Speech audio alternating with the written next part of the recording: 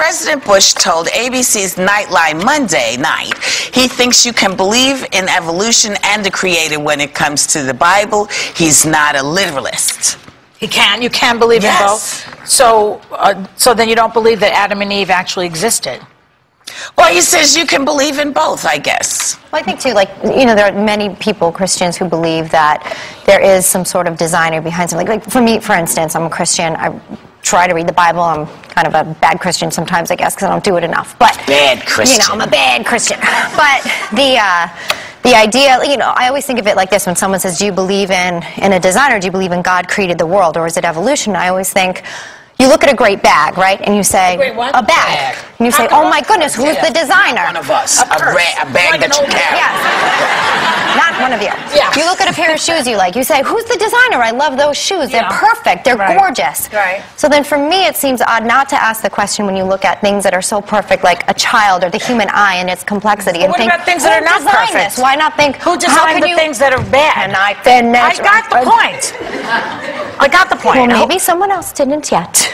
I'm just saying. I mean, I'm with you. I think behind everything, for me, I think behind everything, God designed it. But when you say, who designed bad stuff, I think, we're all imperfect people. We're in an imperfect world. What about cockroaches? Who designed those? God. I think God designed cockroaches. Think about the purpose of every living creature or a child. Like, how do you think something just popped up? You would never go to, you love Italy, you would never go look at the David and say, oh my gosh, I bet that just combusted and came created that. The theory of evolution does work, and we had this discussion early on when I first got here because we were talking about this, and my thought is simply that there is a God, and there is also everything that we know scientifically. And I think that God, in its infinite wisdom, said, you know what, I'll throw some things out there and see if they can figure it out. See if they can figure out how I put this together. Because what is a Big Bang but a clap from God? Exactly. But even with the... But you can put both of them together, both work. And the science of what we know is placed there by somebody who wants us to figure it out. I think, and cockroaches, I know the whole thing with cockroaches. Cockroaches are there to remind you never to give up.